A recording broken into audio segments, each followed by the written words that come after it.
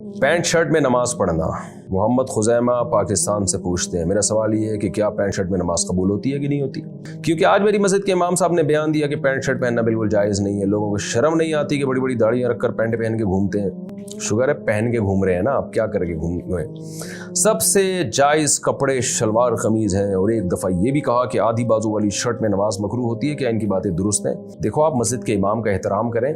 बाकी शरई मसला यही है कि पैंट शर्ट पहनना जायज़ है, क्योंकि अब रिवाज हो चुका है। अभी अंग्रेज़ों का शियार नहीं है, पूरी दुनिया ने इसको एक कॉमन ड्रेस के तौर पे एक्सेप्ट कर लिया है। तो अलबत्ता अफजल यही है कि आप अपने कल्चर को फ़रोग़ दें, शलवार कमीज़ को प्रोमोट करें आप, क्योंकि बड़ा फ़र्क पड़ता है इससे।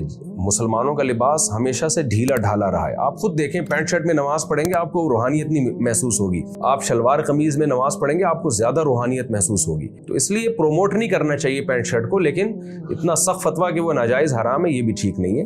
पहन सकते हैं, जायज़ है।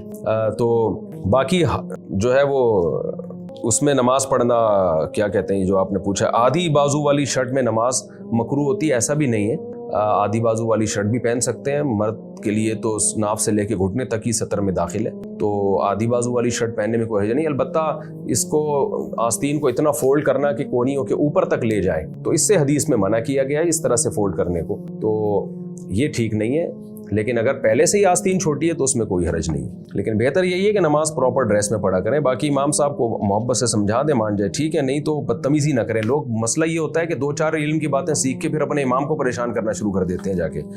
आज हर आदमी मौलवियों के पीछे पड़ा हुआ है बस। तो वो बेचारे इमाम को जितनी अल्लाह ने अकल दी, शऊर दिया, उन्होंने इस हिसाब से कह दिया। तो इसलिए बस उनको मोहब्बत से समझा दें।